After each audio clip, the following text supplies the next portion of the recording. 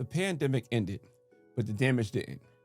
We didn't just catch a virus, we caught screen addiction, collapse in attention spans, eye strain, chronic fatigue, digital anxiety, and a lifestyle of sitting still for years.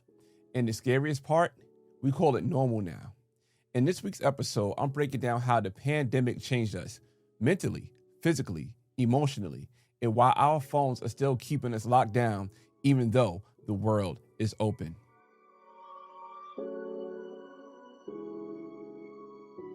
What's going on, y'all, man? Welcome back to the Broken Traditions Podcast with your host, Leron Gaskins, aka Big Ellie. They call me Big Ellie. On this week's episode, we're going to have a conversation about the damage that was done to us during the pandemic when it come down to these digital devices. Because during the pandemic, everything changed, right? We could talk about it because I remember it like it was yesterday. For me, right, I just started this new job in January of 2020. And by March, the world went into lockdown. That same month in March, I flew back to New York for my mom's birthday, which is in mid-March, and I was nervous. You know what I'm saying? I didn't know I was going to be able to fly back home. I didn't know the airports were going to shut down. I didn't know if I had to rent a car and drive back down to Atlanta because I had to get back to work to my new job. I didn't even know I was going to still have a job. You know, it was just a lot going on. You know what I'm saying? And also, too, I was nervous because I just started this job in January of 2020. It's now March of 2020 and only been there for 2 months. So I was like, damn, am I going to get laid off of this job? If this job is going to be something in my future? I just left my old job. Now that the world is shut down, my old job is not still being a job because my last job was a traveling job, right? Then when everything shut down, luckily for me, I kept my job, but I started working from home. And that's my experience, but that's when the world became completely dependent on screens for everything. It was crazy that time, man. It was crazy. Everyone was locked inside their homes, right? We only went outside for essential things. Food, gas, trying to think of what else. It was just all essential things we had to go outside for. And when we did go outside, we were forced to wear masks. Our only real window was through these screens. This was the time of Zoom everything. We had Zoom schools, which was awful, right? I remember Jamari just moved back to New York from Charlotte during that time. And he wasn't doing that great in school in Charlotte, but when he went back to New York, he was excelling. I remember the teachers are telling me like, oh my God, he's the ideal student. I was like, wow, okay, Jamari's doing his thing in school. Boom, then the pandemic hit. And he fell behind even more. So much so, after we came out of the pandemic, he moved down here to Atlanta. Jamari had to triple up his schoolwork just to graduate on time. Zoom work, where for some people, work was the only human interaction they had left. They probably just, single by themselves. Then after that, they go to work. They had some type of human interaction. They had some reason to speak to different humans. But then when Zoom work happened, the only way you are speaking to a human is on a screen, on a computer, on a phone. You know what I'm saying? You had to meet. And it wasn't just Zoom, right? I'm just using Zoom because it's like the Xerox of using online conferences and meetings, right? They had Google Meets, they have Microsoft Teams, things of that nature, but I'm gonna just use Zoom, right? What else we had during that time? We had Zoom birthdays. We had Zoom celebrations, right? I remember we did a Zoom birthday for my boy Cody. It wasn't a Zoom birthday, it was a FaceTime birthday. And FaceTime, you could like send everybody links and everybody could join in. So we had a Zoom birthday celebration for my boy Cody. And unfortunately, we had Zoom funerals. I know a couple of people who passed away during that time in COVID, and I remember getting links of Zoom funerals, but that's not a proper way to send off a loved one. But that's what life became. During that time, our screens replaced everything: our news, our entertainment, our social life, and our sense of control in a chaotic world. A lot of us thought that world would eventually snap back to normal, but it didn't. the Zoom culture, the screen first culture, the excessive screen time, it all stuck with us. 2020 didn't just change the world, it changed our wiring. We came out of lockdown, but we were still locked in. Once we finally came out of the pandemic, the phone became our comfort tool. Our brain started treating the phone like it was a survival device. I mean, you see how attached, matter of fact, I'm gonna give you an example how we start doing that. Pay attention. You might see somebody drop their phone. They would react like as if they'll react more concerned dropping their phone than they do if they drop a child. Pay attention. Pay attention to somebody drop a phone. They'll be like, oh my God, your phone. You got a case out of box? Oh my God, you good? And you don't have a case. You're gonna be like me at the mountain and your phone just smash and crack and go all over the place. You gotta get a screen replaced. But people see you drop your phone, I think it's more reaction of concern than if you was to have your child in your hand and you drop your child. That's my opinion. Let me know in the comments if you agree with that. But after the pandemic, right? The first time I noticed this was when Lex and I took our goddaughters out to eat, right? So we went to my favorite restaurant out here in Marietta, right? And one of the girls refused to start eating until she found a video on YouTube to watch. She needed a screen before she could even touch her food. That moment made me stop and pay attention.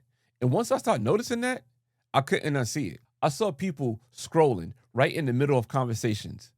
And let me be real, I've done it too. And let me also be real, I have it done to me. Looking back, it didn't feel good either way. It wasn't good behavior when I did it. And it didn't feel good when somebody did it to me. But I also noticed people relied on screens to avoid boredom.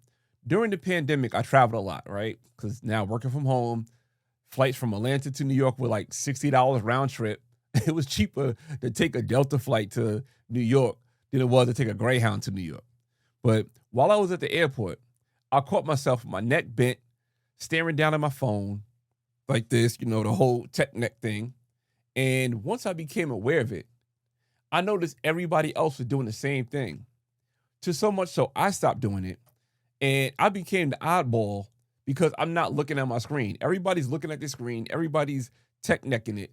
And I became the oddball at the airport because everybody looking at the screen, right? After the pandemic, I felt wrong. I felt genuinely wrong when my phone wasn't in my hand. Like I was missing something. Like something was off. I know you probably had the same feeling. Like, you go outside, you pat yourself, do. You ain't got your phone. You probably going to right to the dry cleaners real quick. That's like right up the block. But you got to go back and get your phone just in case. You know what I'm saying? The world opened up, but we never logged off. And when it comes to this, the damage that the pandemic has done to us, I want to start talking about the mental health, right? Let's talk about the cost of a screen normalized society. Because once screens became our comfort, our workplace, our school, our entertainment, and our escape, they also became the thing quietly damaging our mental health. So let's break this down real quick, right? Give me a second. Let me break this down for y'all real quick. Anxiety spikes. Maybe it's just me hyper focus on this, but I've noticed people anxiety is through the roof, right? I mean, you could go on social media, look at people comments. You could just be outside. You can hear it in conversations. People are constantly overwhelmed, stressed, and reactive. And I'll give you an example of this that happened in real time. I took the girls out skating, right? Heidi and her friend. We took them out skating, and there was this one lady that was at the register with me while I was waiting to get Heidi and her friend food. And you could just tell her anxiety was up. Like she needed her soda right away. And she would just pace it back and forth. And, oh my God, they take it too long. And I can't believe how this place is. And da-da-da-da-da. I'm just like, chill, lady, you gonna get your soda, just chill. But yeah, you could tell her anxiety was through the roof. And research backed this up. A 2025 study found that pandemic-related anxiety was directly linked to increased screen time. Gloria Mark from the American Psychological Association noticed that digital devices have a major effect on our ability to focus, and that constant distraction is strongly linked to anxiety. Our brains were not designed to process this much information as quickly for this long, but during the pandemic, we forced them to. Teen depression. Over 25% of teens who use screens more than 4 hours a day report symptoms of depression, compared to 9.5% of teens who use screens less than 4 hours a day. Think about your teen. Think about your preteen. Think about how often they're on a screen device. 4 hours a day, 1/4 of those teens reporting symptoms of depression. Let's also think about the teens who not even expressing that they're depressed. And the researchers found that this is not a coincidence at all. More time on social media predict higher depression symptoms over time. In other words, the screen isn't always a coping tool. Sometimes it's part of the problem. Adults unable to focus when constant screens are available. I'm guilty of this. I'm so guilty of this. I talked about this in the previous podcast episode. Like I said, when I started my job, I had to train from home. And it was almost impossible to focus. And one of the biggest reasons was the constant screen availability. All the things going on. So easy to grab the screen. So easy to look at something. There is no accountability, right? I'm in this meeting. Oh, I can look at the screen real quick. But just having my phone nearby broke my focus more than I realized. You check your phone one time during deep work, it could take you up to 20 minutes to regain full focus after you put it back down. Let me say that again. You check your phone one time, right, while you're deep working. After you put your phone down, it takes up to 20 minutes to regain full focus. A 2023 study from nature.com showed that adults aged from 20 to 34 perform worse on attention tasks just from having a smartphone present, even if the phone was turned off. Crazy. That's crazy. Another study showed that when people work with their phone in the room versus out of the room, their available cognitive capacity dropped because part of their brain was thinking about the phone. We underestimate the mental constant availability, but our brain never truly rests when it thinks about something could ping, ding, notify, alert, or interrupt us at any moment. Then the next thing I want to talk about is productivity. Because this is the shift really started to show. A lot of people think they can still produce. They think they still can multitask. They think they can focus just as well as before. But the truth is, we lost something after the pandemic. And most of us haven't realized it yet. Our attention spans dropped. I remember when the goldfish was the measurement rod for low attention spans. Studies show now that humans have lower attention spans than the goldfish. So goldfish are now telling their kids, you don't want to be like the humans. You need to keep your attention span higher than the humans. And it's crazy because before the pandemic, our attention spans were already struggling. But after the years of glued to screens, bouncing between apps, feeds, notifications, news alerts, our ability to hold focus took a nosedive. Research showed that the average time a person can focus on one thing has dropped around from 2.5 minutes to 45 seconds. And in some cases it's lower, but 45 seconds, that's it. We scroll, we swipe, we tap, refresh, check something new every minute, sometimes every few seconds. And this is not just a tech issue. This is a rewiring issue. Our brains got trained to accept constant stimulation. So sitting still, thinking deeply, or staying on one task now feels uncomfortable. And a prior episode I talked about how there was a test that had people sitting in a room. And for you to sit still, and you don't want to sit still, you want like a shock of stimulation. you could shock yourself. If I'm not mistaken, 25% of the women who did the test shocked themselves. And the men, 67% of the men shocked themselves. And one of the men that did the test, he shocked themselves over 190 times in 15 minutes because he didn't want to sit still. But then multitasking became the new default. The pandemic trained us to multitask without even realizing it. And people are like, yeah, I could multitask. I could do this. I could do that. I'm going to get to that in a bit. But we had Zoom meetings, right? But you also checking the email. Checking email, now you're scrolling on Instagram. You scroll on Instagram, now you got a podcast playing in the background. Maybe you have Broken Traditions playing in the background, right? Shout out to you guys for that. But we turned multitasking into a lifestyle. But here's the truth. Humans don't multitask. We task switch. And task switching can drop productivity by up to 40%. So every time we bounce from one screen to another, we burn mental energy, we drain focus, and we slow ourselves down. Because we lived that way for so long during lockdown, it now feels normal. And parents multitasking during quality time. I get it, right? It didn't stop with work. It spilled into our homes. Parents used to sit in the park and actually watch their kids play. Now, parents are pushing the swing with one hand and scrolling with the other. Tell me I'm lying. I guess in the other cases too, parents are just sitting on a bench and the kids are just running around and they looking at the kids and looking up and looking down. And you're like, all right, they good? Okay, let me go back to this. Oh, okay, they doing something? I can see them? Okay, let me go back to this. Tell me I'm lying. I'm not lying. You know I'm not lying. Back in the days, right? Dinner time used to be a moment to connect. Now, people are checking messages in between bites.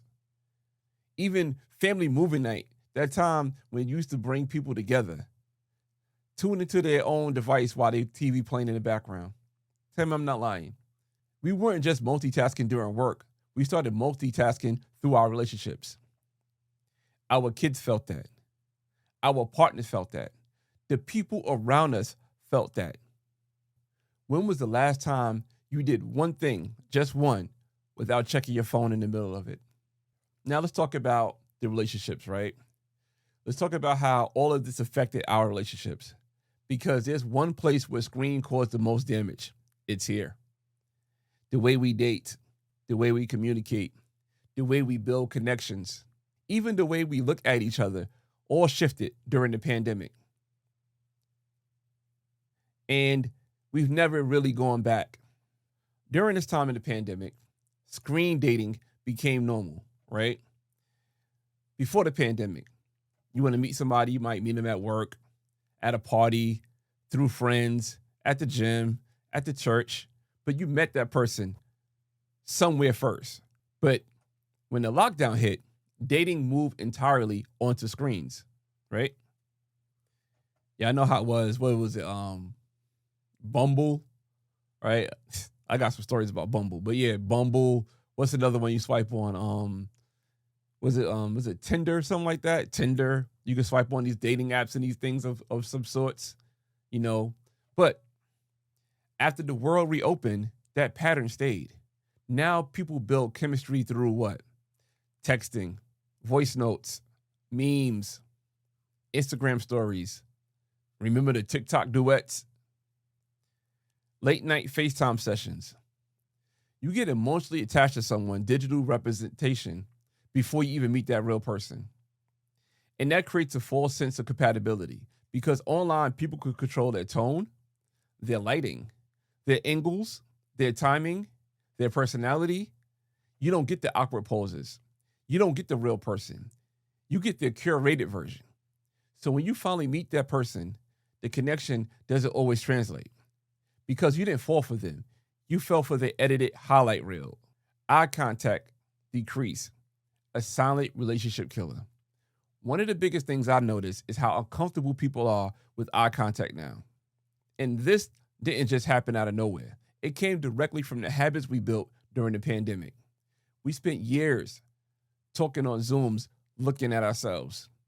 That's if your camera was on.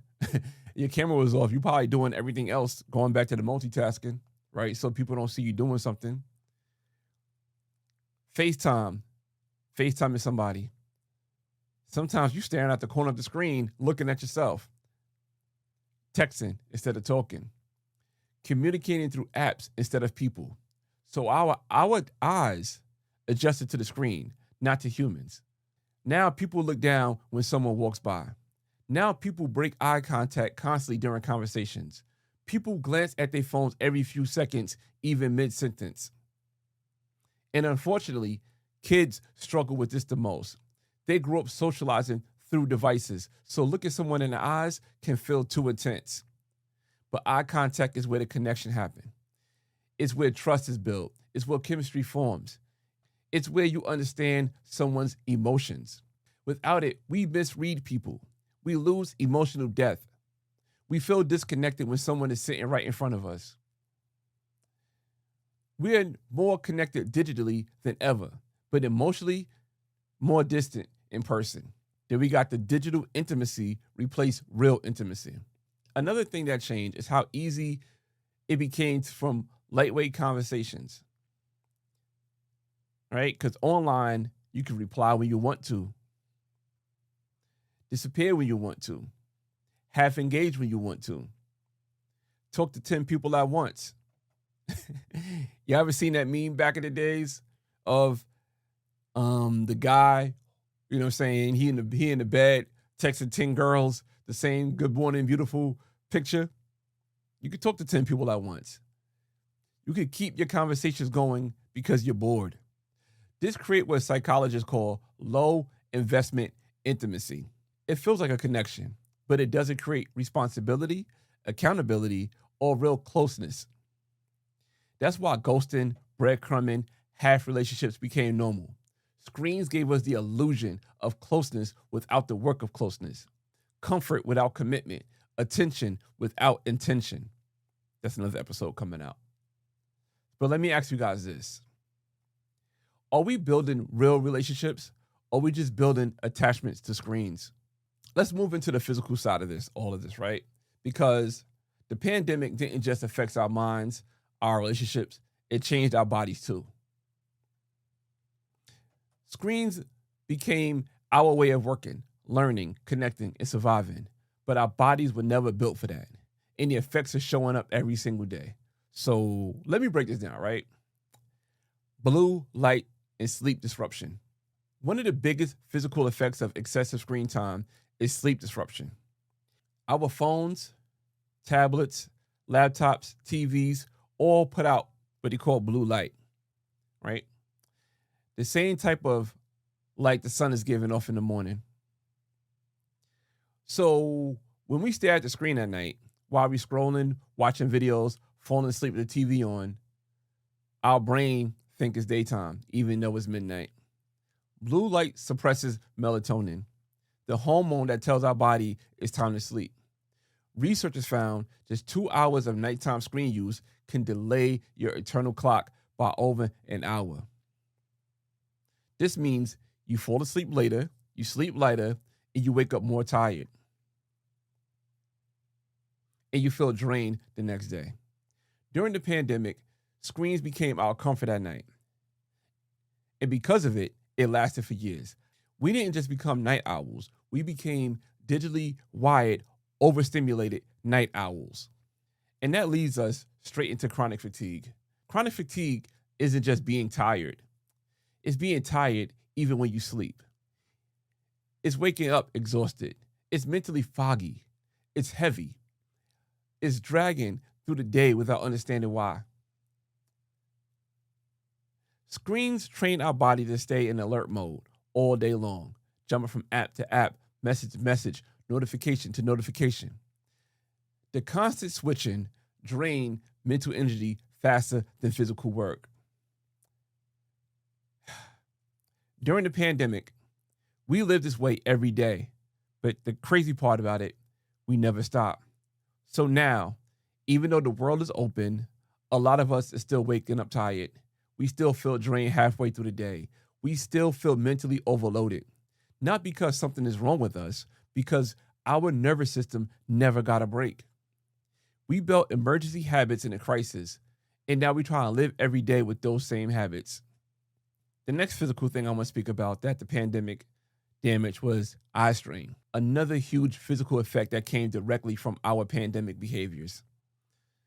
During the lockdown, Zoom became the classroom, Zoom became our office, our phones became our social life, TV became our background noise, and TikTok became our comfort.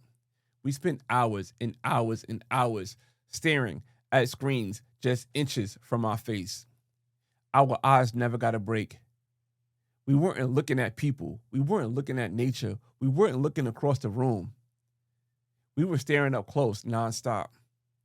So now we're seeing blurry vision, burning eyes, dry eyes, headaches, trouble focusing, and people needing glasses earlier. I'm not gonna lie, I had to strengthen my subscription for my glasses, or my prescription, for my glasses. I remember they were telling me, "Oh, you got great eyesight. You barely need glasses." Now they're like, "No, you need glasses." So like, I could do this without glasses, but me driving, oh, I need to wear glasses when I drive. And unfortunately, kids were affected the most. The entire education system happened on the screen while their eyes were still developing. We trained them to live in a close-up mode instead of a real-world distance. And speaking of kids and screen habits, this is exactly why I partner with Bark. If you're a parent and you've been worried about your child's screen time and what they're saying, who they're talking to, or just the amount of digital exposure they're getting, Bark is a tool that gives you a peace of mind. Bark monitors your child's phone, their social media, their messages, and their online activity. It sends you alerts if something concerning is showing up. Anything involving bullying, depression, predators, inappropriate content, Bark catches it. And listen, we can't be over our kids' shoulders, but Bark helps you stay aware without invading their privacy. So if you're a parent trying to protect your child in this digital world, click the link in the description or the link in my bio and check out Bark for yourself. Because the truth is, kids aren't the only ones struggling with screen time. We all are. And the next part of this is something that hit us all hard: the rise of sedentary living. Before the pandemic, most of us moved without thinking about it. Some of us walking to work. I remember me, right, during the pandemic, I was taking the train to work. So I had to walk to the train station. From the train station, had to walk to my job, right? And during my job on breaks, all right, we got like an hour break. They have like a place you could walk around the campus in that area, right? So walk to the train station to go to work. Then after that, when I'm at work, I walked around to work. People walk to school. Some people walk around the school, going to the store, just running errands, kids playing outside, going to the gym, going out with friends. Movement was built into life. But during the pandemic, movement disappeared. Work happened at the kitchen table. Or in some cases, work happened in the bed. School happened on the bed or in couches. The gym shut down. Church shut down. Sports shut down. So much so, they took down basketball hoops at the park. Like I said in the Wins and Lessons podcast, you're not catching coronavirus from a crossover. You know what I'm saying? You're not catching that. You might catch a crossover. You might catch your ankles hurting, but you're not catching coronavirus from a crossover. But they shut down sports. The whole life just shut down. Everything shut down. But screens, this right here, screens replace every part of our day. So our bodies stop moving. And here's the part that most people miss right here. We never went back. Even after the world reopened, we kept working from home. We kept scrolling for entertainment. We kept choosing screens over going outside. We kept staying indoors. We kept sitting for hours every day. So now we're dealing with it. More back pain, right? Give you myself as an example. I deal with sciatica, right? I have a sciatica nerve, and being still, sitting down, right? I have two jobs. I work my 9-to-5 job, And I also work broken traditions after work. Before work, after work, I work broken traditions. And in a lot of cases, depends on the day or kind of work I'm doing, I could sit here for hours if I just constantly keep working and not taking breaks. But if I constantly do that and not take breaks and not move, my sciatica flares up. And when my sciatica flares up, I'm good for nobody, right? Another physical ailment that we're dealing with now is more neck stiffness. I had a consultation with a chiropractor, right? And the chiropractor told me, that the weight that my neck feels from my head, from constantly looking down, is almost 3x how much my head weighs. My head weighs 16 pounds. Me constantly looking down like this is 43 pounds. The tension that it feels. More weight gain. After the pandemic, I blew up. I was probably the heaviest I've been in my life. I was the heaviest I've been in my life, I should say. I was going on 245. That's heavy as hell. I looked crazy. You have less stamina, weaker muscles, more fatigue, and our bodies feel older than they are. Not because life got harder, it's because life got still. The sitting down lifestyle wasn't created during the pandemic, but it was normalized during it. And now our bodies are paying the price. So let me ask you this. When was the last time your body felt used to not just your phone? But you know this is Broken Traditions. You know that on this podcast, we love giving you guys solutions, right? We don't want to just create content like the world is falling. We like to give you solutions because we feel like sometimes we do bring up traditions and we have to break away from these traditions, right? So just to give a quick recap, we talked about the mental cause. We talked about the productivity cause, the relationship cause, the physical cause. But now we have to ask important questions. What do we do now? Because the world is shutting down again, but life is moving forward. But many of us are still living like we're stuck in 2020. We're still scrolling like we're locked inside. We're still avoiding people like social distancing. We're still glued to screens like there's nothing else to do. And we're still carrying habits we built in survival mode. But survival mode is not a place we were meant to live in forever. So it's time to break the cycle, right? So step one, let's rebuild the attention span.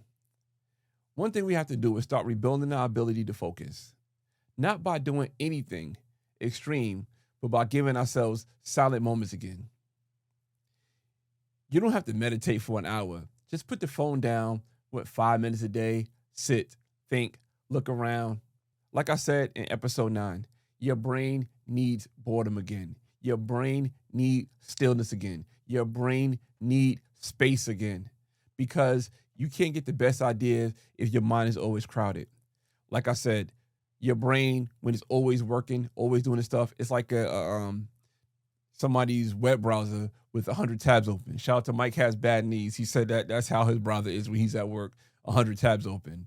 I said, sometimes you share a screen and you see somebody with 100 tabs open. Mike Has Bad Knees said he's guilty of that. Me, I try to close out tabs. It's just too much chaos going on. I can't work like that. But also we have to reclaim our sleep, right? Have to reclaim our sleep. We also have to stop letting our screens control our nights. Start by cutting screen time 30 minutes before bed. Even that, a small shift can help your brain rest. Turn off the blue light. Put the phone across the room. Let your mind slow down before speeding up right before sleep. One thing I started to do when I realized this during this time, me personally, I used to put my phone in the kitchen. You know what I'm saying? Before I moved here, I had my kitchen. I put my phone in the kitchen, let my phone charge in the kitchen. I wake up, I do my whole wake up routine. Then by the time I get up, walk out my bedroom, go into the kitchen, that's where my phone is at. So I got some good time before I touch the phone, because you deserve the real rest, not midnight stimulation. And prioritize real human interaction again. We need to go back to look at people in the eyes, back to talking face to face, back to building real connections that aren't filtered through apps and screens. If someone is talking to you, look up. If you're with your family, Be full with them. If you want to date, be present. We lost a lot of connection and a lot of people during the pandemic. We can't afford to lose any more now. Move your body daily. Movement is medicine, and we forgot that. You don't need a gym membership. Just walk, stretch, go outside. Move more today than you did yesterday. Remember, your body was designed for motion. Screens trained it into stillness, but you can retrain that, get it back into strength. And like I mentioned in my book, the digital release, as you see behind me on my shoulder, free workbook, you can download it. The links in the show notes or in the pinned comments. Create phone-free zones. Make certain spaces sacred. No phone at dinner. Like I mentioned, no phone first thing in the morning. No phone in the bed. No phone during conversations. No phone during family time. Small boundaries create big changes. You're not punishing yourself. You're protecting yourself. And build a healthier digital relationship. Screens aren't the enemy. Phones aren't the enemy. Social media is not the enemy. You know what the enemy is? Dependence. We're not trying to throw technology away. We're trying to stop it from controlling us. Use your phone, but don't let your phone use you. We live through something that the world has never seen before. A global shutdown, a digital takeover, a complete shift on how we work, learn, relax, connect, and exist. And we adapted it because we had to. We used the screens to survive. We used the phones to feel connected. We used digital life to escape what was happening in real life. But the pandemic is over. The lockdowns are over. The restrictions are over. And yet, our habits stayed the same. We didn't walk back into the world with new freedom. We walked back into the old digital cell. And here's the truth. We can't blame the pandemic for how we live now. We can't blame screens how much we depend on them today. We can't blame technology for patterns we continue to choose. At some point, we have to take responsibility for our own digital behavior. And that's why I created the digital release. Download my free workbook, the digital release. It can help you escape that. Because yes, the pandemic rewired us. But now we have the chance to rewire ourselves again. We can rebuild our attention. We can rebuild our sleep. We can rebuild our relationships. We can rebuild our bodies. And we can connect with the real world outside the screen. Not because screens are bad, but because we deserve a life that's bigger than them. A life with presence, a life with clarity, a life with moment, a life with real human connections, a life where our minds and bodies can breathe again. But the pandemic taught us how to survive. But now it's time to learn how to live again. I appreciate y'all for rocking with the Broken Traditions podcast. I'm Leron Gaskins. I hope today's conversation helped you rethink your digital habits and reclaim the parts of yourself the pandemic quietly took away. If this episode resonated with you, please share it. All right, man. Peace.